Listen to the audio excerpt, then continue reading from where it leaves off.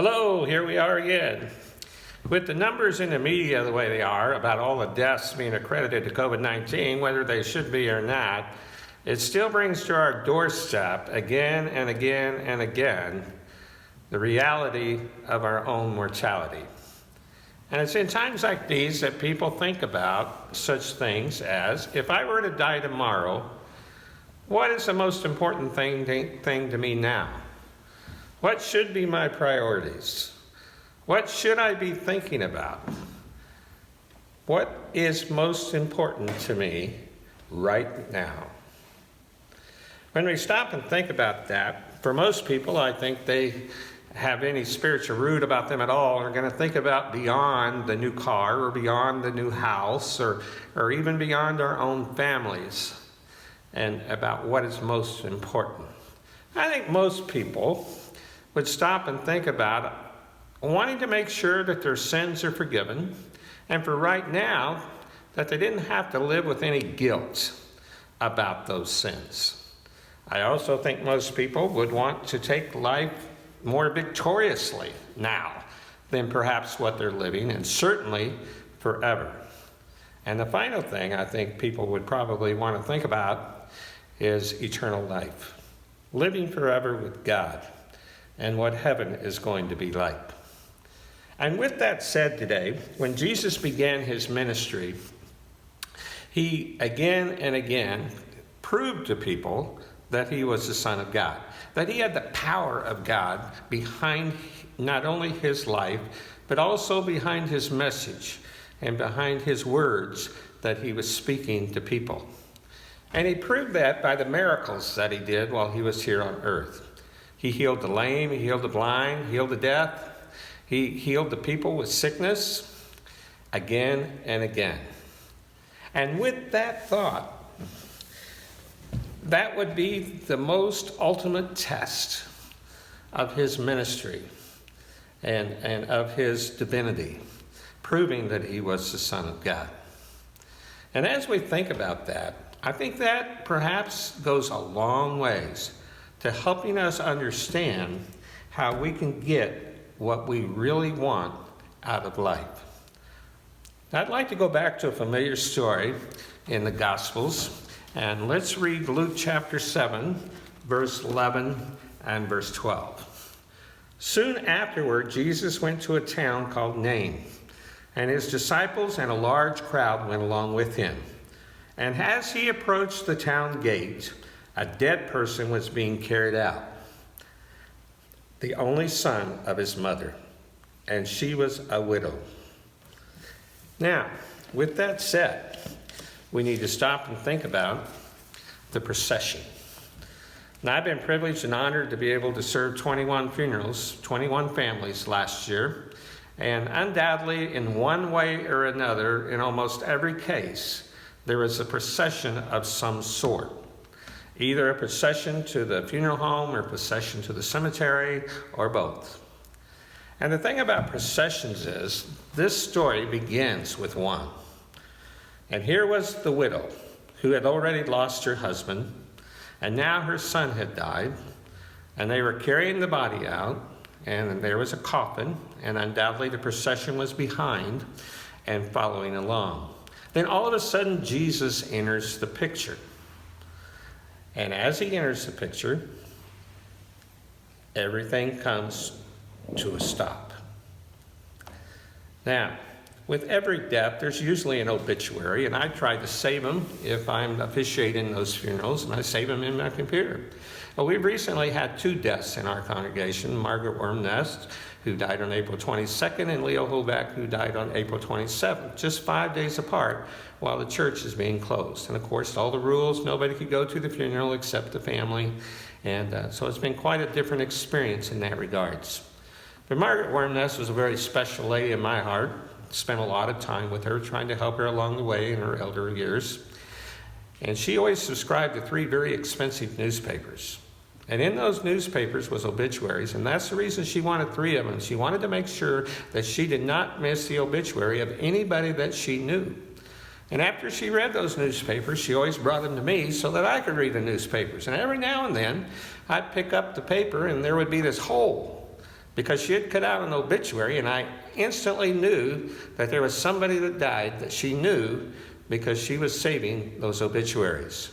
Now, in this funeral that was taking place, when Jesus entered the picture, there was going to be no obituary because Jesus seized the need for one. Now, what did he do? Let's pick up the scriptures again and see exactly what he did. When the Lord saw her, his heart went out to her, and he said, "Don't cry." And then he went up and touched the coffin, and those carrying it stood still. And he said, "Young man, I say to you, get up." The dead man sat up and began to talk, and Jesus gave him back to his mother. The first words out of Jesus' mouth was to the mother. And he said to her, "Don't cry." Now that might seem insensitive to most people, because when somebody is grieving, and people grieve very deeply, it almost seems insensitive and a waste of breath to tell them not to cry, because death touches our hearts very deeply for somebody that we love and somebody that we know. And the reason why it seems like a waste of breath is because as human beings, there's nothing you're going to do to change the circumstance. The person that is dead, and the hurt is there for those that are left behind. But you see, Jesus could say, "Don't cry," because that's exactly what he was going to do. He was going to change the circumstance because he had the power to do so. Because as the Son of God, the divine Son of God, he had the ability to be able to change those circumstances. And that's exactly what he was going to do. Now, as a minister for 41 years and a chaplain in the hospital for many, many years, I know well that people have a great deal of sorrow when they go through sickness, when they lose their health, when they have something that's incurable, when they have something that's not going to be fixable. And people go through even a stronger sense of grief and bereavement when they lose somebody they love. And those memories come back every now and then about some situations that I've been involved in, such as a little Amish girl that died on the way to the hospital in the van that their mom and dad were driving. And as the entire family with all the children eventually made it to the hospital, gathering around the little girl's bed that died. And the memories of the 8-year-old girl who was perfectly healthy, playing the day before, but now the room was gathered with people, and for some unknown reason, with some unknown illness at the moment, all of the organs in her body were shutting down, and she was going to die. Such memories as that. People have a deep sense of grief, a deep sense of bereavement when somebody they love dies.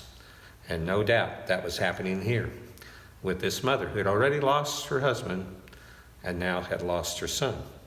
But Jesus goes up to her and says, "Don't cry," because he has the ability to be able to change the circumstance. Well, what was his next words? Well, he looked at the son, and what he said, again, let's read it. It says, "Young man, I say to you, get up." Jesus had the power to be able to make that happen. And indeed, that's exactly what happened. The man sat up and began to talk. Now, what were the results of all this is what's kind of important in this story, and we haven't read those results yet. So let's pick up our Bibles again and read it with verse 16. They were all filled with awe and praised God. "A great prophet has appeared among us," they said. "God has come to help his people." And this news about Jesus spread throughout Judea and the surrounding country. Now we need to remember that there was a crowd that had gathered around for this funeral, for this procession. So there were many people there. And when Jesus was able to prove that he was the Son of God, when he was able to raise this young man, they were in a sense of awe. The crowd praising God. The crowd thinking he was a great prophet. The crowd thinking that God had sent somebody to help his people. Indeed, that this was a special person.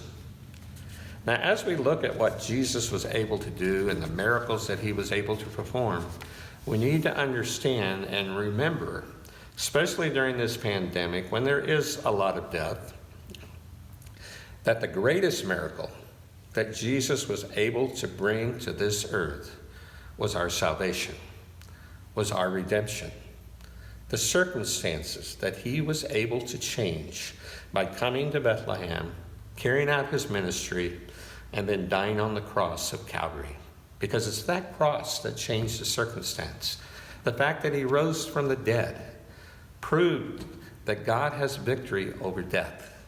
The fact that he was able to raise 3 people that's recorded in the Bible shows that he can change the circumstances.